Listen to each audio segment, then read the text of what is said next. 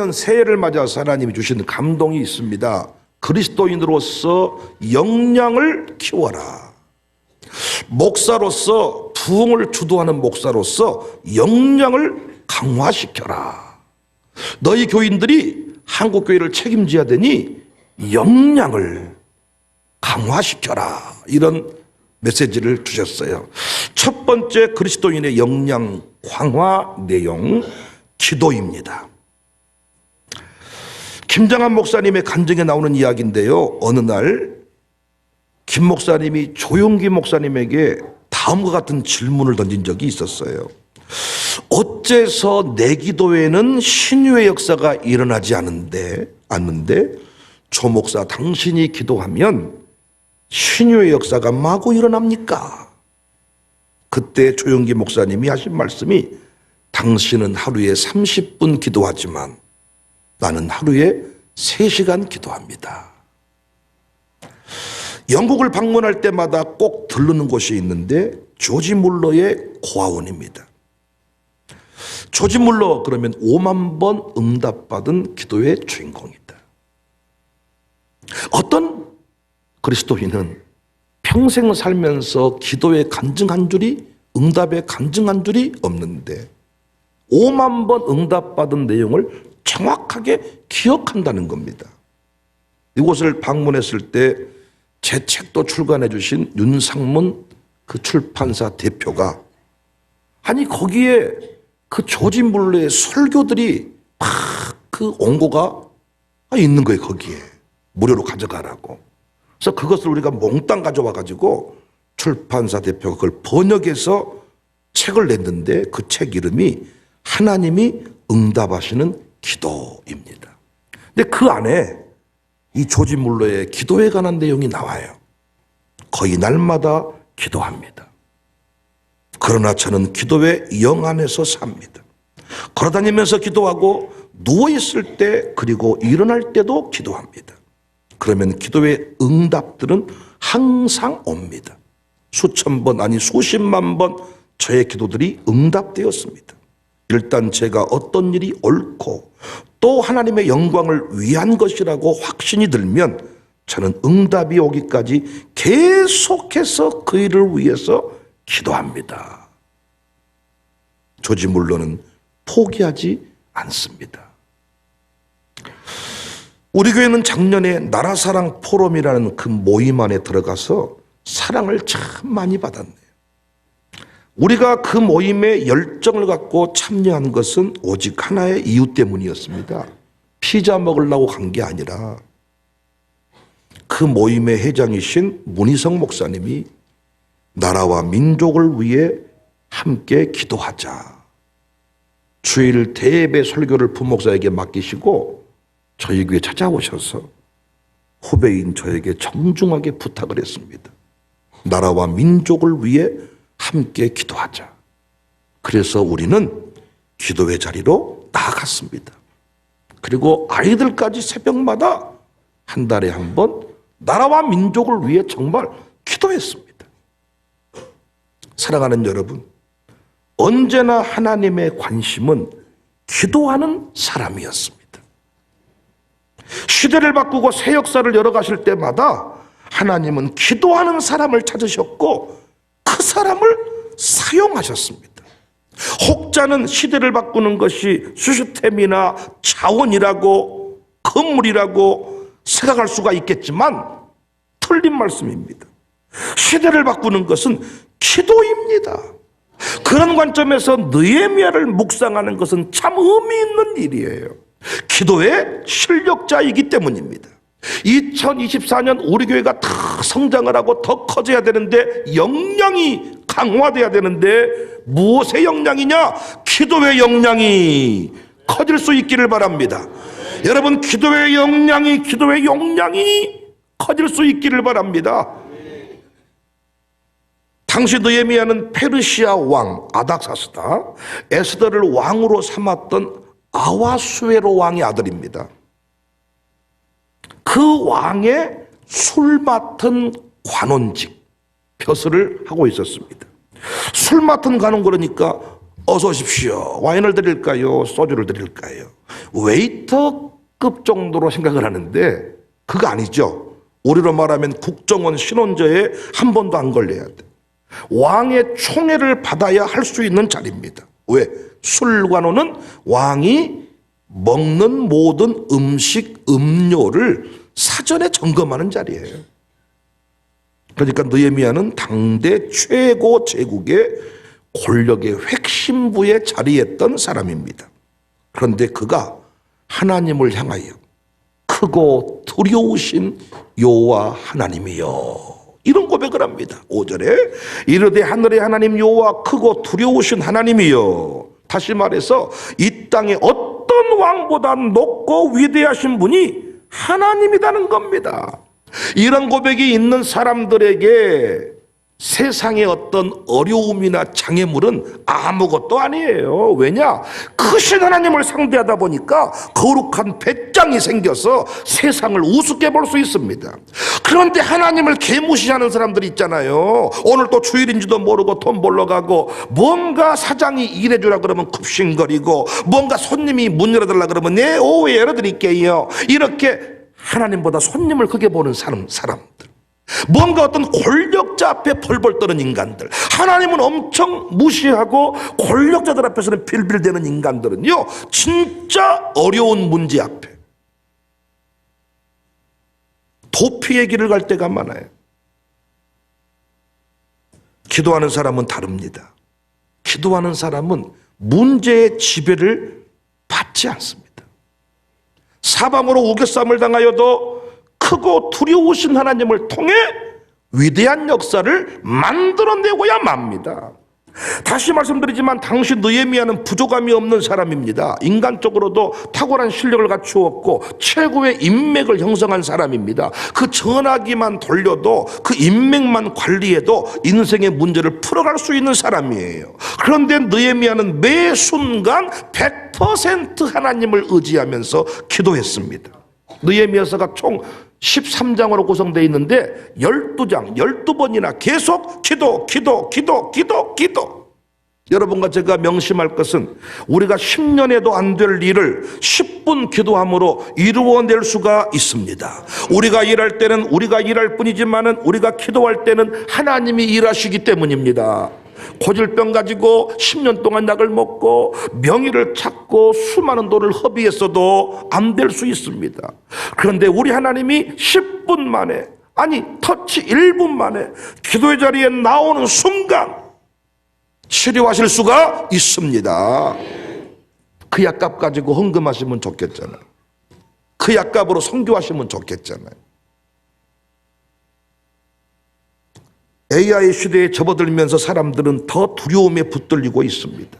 굳이 알 필요도 없는 세계 각국의 전쟁 소식을 날마다 손바닥을 통해서 볼 수가 있습니다. 경제의 흐름을 볼 수 있습니다. 수많은 사람들이 아파한다는 이런 기록들을 수시로 이 손바닥 안에서 볼 수가 있습니다. 성공과 실패의 경향들을 분석하고 그 흐름을 파악합니다. 아주 그래서 이 손바닥 안에서 이 모든 것이 다 확인이 돼.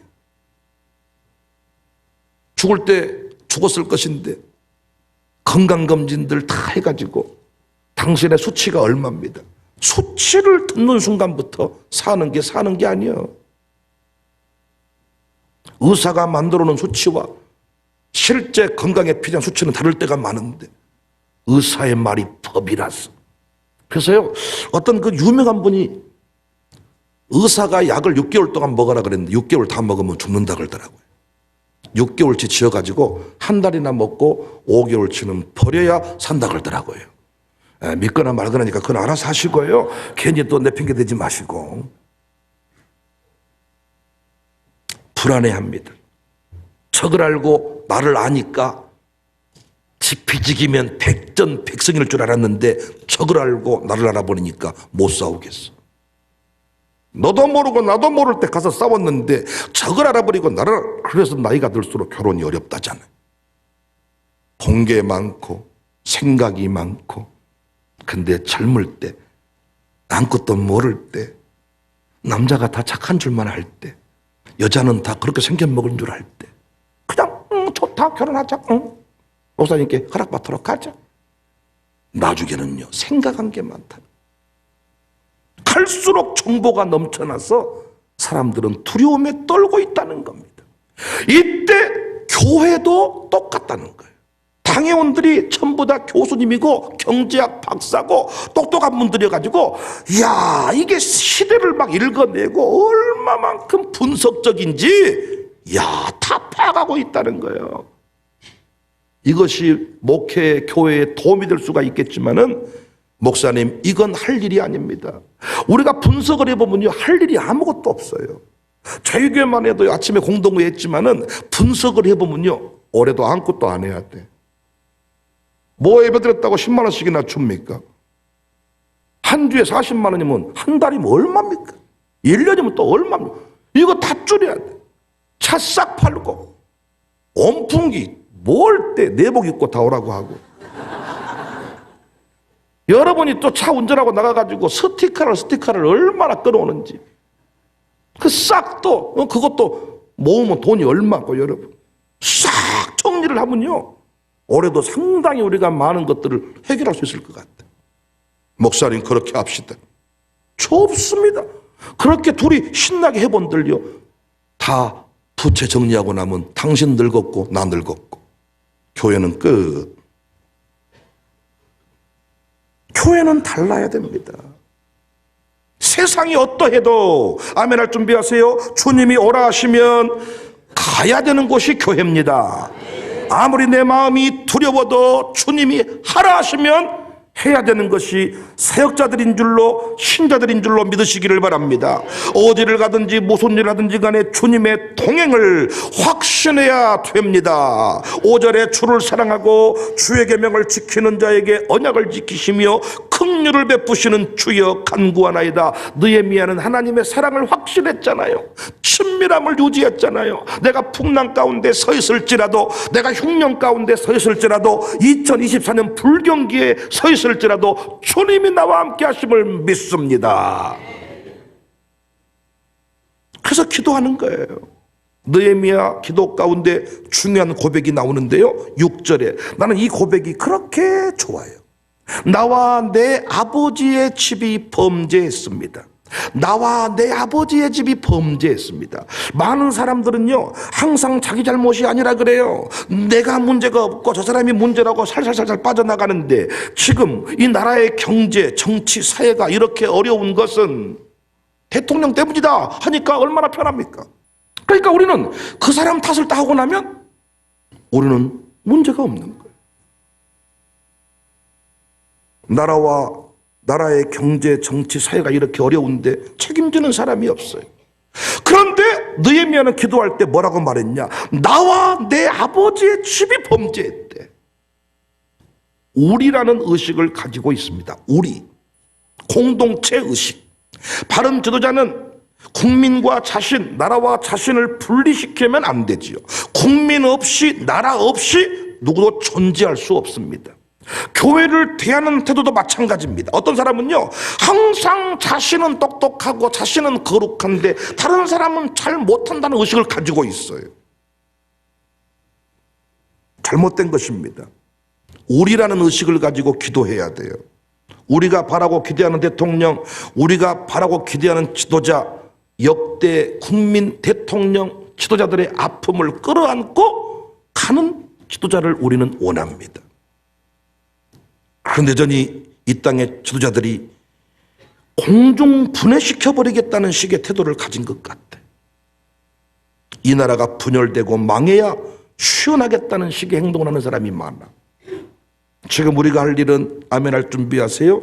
가슴을 찢고 우는 거예요. 진정한 부흥, 새 시대, 새 역사, 기도를 통하여 일어납니다. 비판을 통해 일어나는 게 아니라 우리가 대통령 욕한다고 그가 죽지 않아. 잘 먹고 잘 살아. 그것도 나라가 바뀌지 않아. 우리가 비판해서 바뀔 것 같으면 머리 띠두르고 다 서울 광화문으로 가야죠. 언제 바뀌냐? 기도할 때 바뀝니다. 그래서 영적 거인들은요 항상 시대를 바꿀 때 기도의 깊은 지성소로 나아갔습니다. 남 탓하지 않고 사람들한테 어떤 말을 줄이고 입을 닫고 하나님 앞에 가슴을 열었습니다. 사실 엄밀히 따지자면 느헤미야는 죄를 지은 유대 민족의 범주 안에 포함되지 않아도 됩니다. 느헤미야가 태어나기 몇백 년 전부터 그의 조상들은 하나님께 범죄를 했어요. 오히려 느헤미야는 이방 제국 한가운데서도 하나님을 열심히 섬기고 있잖아요. 그런데 뭐라고 말해요? 나와 내 집이, 아버지의 집이, 내가 범죄했다고 고백하잖아요. 자신을 열애시키지 않습니다. 열애. 청사교회가 문제가 생겼을 때 항상 하는 말이, 항상 자기는 옛날부터 그렇게 하지 말자고 했다는 거예요. 그래서 항상 자기는 문제가 없는데 다른 사람이 문제다. 여기서부터 어떤 분열의 조짐이 보이는 겁니다. 우리가 하나님께 불순종했고, 우리가 죄를 지었고, 우리가 죽어 마땅합니다. 이 고백이 중요해요. 사랑하는 여러분, 2024년도에는 제발 남 탓, 남 원망, 남 욕 그만합시다. 지금 대통령이든 야당 대표든 절대 욕하고 원망하지 맙시다. 여러분 앞에서 이렇게 설교하고 목회하는 담임 목사 절대로 욕하고 원망하지 맙시다. 어떤 문제가 생기거든 나의 문제로 끌어안고 우리가 기도의 시간을 늘리고 기도의 깊이를 더해갈 수 있기를 주님의 이름으로 축복합니다. 아들, 딸들이 뭔가 문제를 일으키거든 너는 어째 그렇게 돼 먹었냐. 아들을 저주하지 말고 부모님들이여 아들을 저주할 그 열정을 가지고 제발 기도의 자리로 나오시기를 바랍니다. 하나님이 기뻐하시는 목회자는 교회의 문제를 자신의 문제로 여기는 사람입니다. 자기는 실력이 있는데 장로님이 무식해서 자기는 목회를 잘하는데 당회원들이 방해해서 이 생각 잘못된 겁니다. 장로님들이 똑바로 못 썼다면 그건 목사의 책임입니다. 제가 부족하지만 그래도 이렇게 목회가 무너지지 않았던 것은 남 탓을 잘 안 합니다. 누가 이렇게 했단다 라고 말하면 그건 다 제 책임입니다. 정말. 양육사가 사고 쳤대요 말하면 그 사람만 정리하면 되는 게 아니라 내가 그 양육사를 제대로 돕지 못한 까닭입니다. 남 탓할 때 나는 편할지 모르지만은 미래는 바뀌지 않습니다. 오늘 본문 4절에 보면 내가 이 말을 듣고 앉아서 울고 수일 동안 슬퍼하며 하늘의 하나님 앞에 금식하며 기도했다. 여러분 언제 금식하시나요? 자식이 안 풀릴 때. 또 언제 금식합니까? 사업장이 부도나서 넘어간다고 할 때. 하여튼 인생인데 극한의 문제에 다다랐을 때 우리는 울고 수일 동안 금식을 합니다. 근데 지금 느헤미야가 울고 기도하는 제목이 자신의 인생 문제입니까? 느헤미야는 지금 울고 통곡하고 슬퍼할 만한 개인적인 그 제목들을 가지고 있지 않아요. 권력의 중심부에 서서 잘 먹고 잘 살고 있어요. 아주 실력도 인정받았어요. 배고파서 울지 않았어요. 서러워서 울지 않았어요. 자신의 어떤 한 때문에 울지 않았어요. 느헤미야는 자신의 민족 때문에 울었어요. 공동체 때문에 울었어요. 난 여러분과 제가 한국교회를 가슴에 품었으면 좋겠습니다. 한국교회가 새벽 예배를 잃어버렸어요. 한국교회가 마룻바닥을 잃어버렸어요. 주일 성수를 잃어버렸어요. 주일 3번 예배 있으면 3번 다 예배를 참석했는데 지금은 아예 주일도 안 지키는 사람도 있고 재밌는 건 뭔 줄 아세요? 지는 안 나오고 헌금은 송금이 돼요. 옛날에는 송금이 없으니까 그거 바치려면 지가 나왔어야 되는데 지금은 지는 안 나오고 헌금만 나와. 그래도 교회는 감사한가 봐.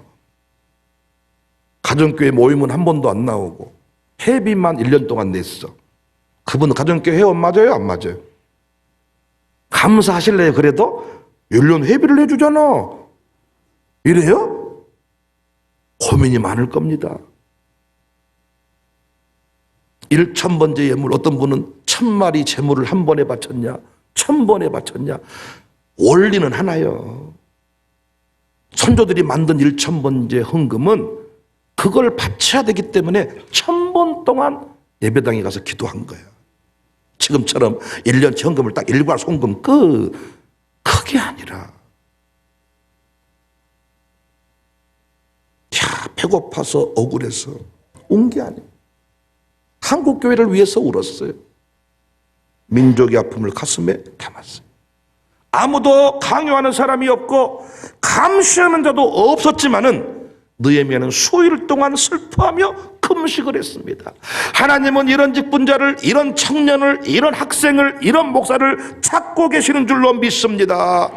기껏해야 내 문제, 내 인생의 문제만 끄안고 손자손녀 살려주세요가 아니라 나라와 민족을 위해, 한국교회를 위해 수일 동안 금식하며 기도할 수 있는 너에게 내가 모든 것을 맡겨주겠다.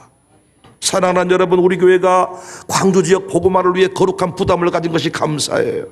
한국교회를 품고 마룻바닥 영성 전수하자고 늘 기도하는 것 감사해요. 필리핀에, 중국에, 영국에, 유럽 복음화, 세계 복음화 부담 가진 것 감사해요.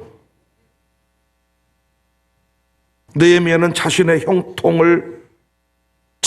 형통이 이때를 위함이었다고 스스로 생각했던 것 같습니다. 우리 교회 부흥이, 우리 교회 회복이 이때를 위함이었구나. 할렐루야. 이런 의식을 가지고 우리가 살아가야 됩니다. 그래서 우리 아이들이요, 교회 그 주보에 나오는 공동 기도 제목을 가지고 기도를 한다. 우리 아이들의 기도 시간이 길어요. 아버지, 주여, 이 하나님이 안 쓰시고, 하나님은 기도하는 사람을 쓰시고, 기도할 줄 아는 사람을 쓰시고, 하나님은 30분 기도하면 30분 아침만 쓰시는 거야. 오랫동안 쓰임받고 싶으면 오랫동안 기도를 해야 돼. 2024년 광주 청사교회 역량 강화 프로젝트, 기도가 확대될 수 있기를 바랍니다. 산의 진미가 가득한 왕궁에서 기도하는 것이 쉽지 않습니다. 근데 우리 교회는요, 이걸 배웠어요. 샬롬 마룻바닥. 샬롬의 때에, 왕궁에 거닐 때에, 잘 나갈 때에, 이렇게 배가 보동보동 살이 붙어 있을 때에, 그러니까 느헤미야가 멋진 게, 내가 여러 가지 이유 때문에 있지만 왕궁에서 기도했다는 것입니다. 우리가 꼭 감옥 가서만 기도하고 병상에 놓여야만 기도하는, 이것은 초짜예요, 초짜. 우리 아들, 딸들이 살이 포동포동 찌고 키가 쭉쭉 크고 잘 나가고 잘 될 때 엄마는 계속 마룻바닥을 킵시다. 이쯤 됐으니 나는 자빠져서 쓰겄다. 이제 얘는 결혼했고 취업했고 뭐 알아서 했으니 내가 뭐 할 일이 있겠냐. 아니라니까요. 하나님이 계속 그를 쓰셔야만 됩니다. 파수꾼의 사명으로 끝까지 기도합시다. 기도가 잘 될 때만 기도하지 말고 기도가 안 될 때도 기도해야 돼. 우리는 프로잖아요. 아마추어는요, 기분 좋으면 많이 해버리고요, 기분 안 좋으면 6개월 동안 안 해버려요. 운동도 그렇잖아요. 프로페셔널한 분은 계속 하는 거예요. 비 오면 비 옷 입고 나가서 하는 거. 우리 교회가요, 남자들이 기도를 많이 해요. 그러니까 부인들이요, 다 사랑하게 되더라고요. 정말로. 제가 처음 뵀을 때요, 남편 보고 존경합니다 인사라 그러면요, 막 울어. 사랑까지는 어떻게 해보겠지만은 존경은 아닙니다. 그런데 우리 교회 남편들이요, 막 기도하기 시작했어. 정말 부인들이 이제는 존경스럽대, 남편이. 그래서 너무 존경을 해서 문제지만은, 목사보다 더 위대하게 봐서 문제지만은, 야, 놀랍습니다. 어떻게 하면 목사가 성도들 사랑받을 수 있냐?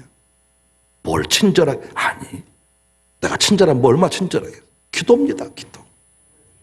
교회가 문제가 생기면 다 제치고 기도의 자리로.